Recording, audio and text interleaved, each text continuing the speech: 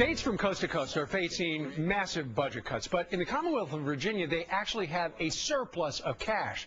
So how can they continue to make a profit and keep the state stable? Joining us right now is the governor of Virginia and vice chairman of the Republican Governors Association, Bob McDonnell, joining us from Richmond, Virginia. Governor, first of all, let's start with, how does Virginia have a budget surplus when so many other states are in the red? Well, Steve, good to be on with you this morning. Governing is about making tough choices and setting priorities. And when I became governor last year, I asked the General Assembly to reduce spending back to 2006 levels. We cut significant, in fact, about $10 billion over the last 3 years, including tough choices in education, healthcare, and other areas. And so as a result of that, we ended up the year with a $400 million surplus. The other thing we did is put a big emphasis on job creation and economic development, and we're seeing job creation come back to Virginia in a big way. We're third highest in the country in net new jobs, and of course that spins off a lot of tax revenue. So to me, that was the recipe. Sure, that's the recipe for success. In the meantime, Governor, so many states like California and New York, they've got billions of dollars in debt, and some are saying, well, they should simply declare bankruptcy.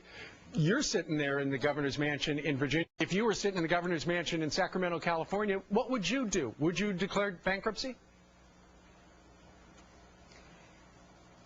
Well, I think Governor Brown certainly has got some challenges. I think he's well aware of that, with huge unfunded pension liabilities and major operating deficits. I think they've got to just make the tough choices and be honest and look at people in the eye and say, we can't afford all this government and all these services.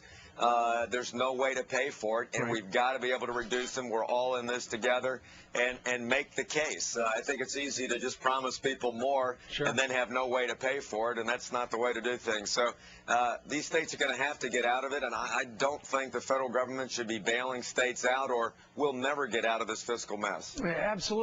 I love what you're saying. Then you look at the state of Illinois, where just 2 nights ago, the state legislature, I believe, jacked up the state income tax by 66%.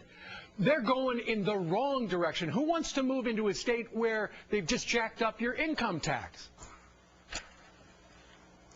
Well, that's what a lot of states have done, and I hate to say it, but a lot of states with the Democratic governors have dramatically increased taxes.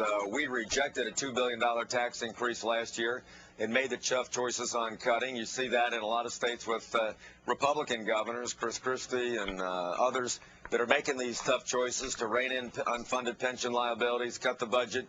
And it is tough, Steve. It's painful in the short run, but I think the citizens understand that just like they're making tough choices with their business and their personal budgets, you got to do it with state government.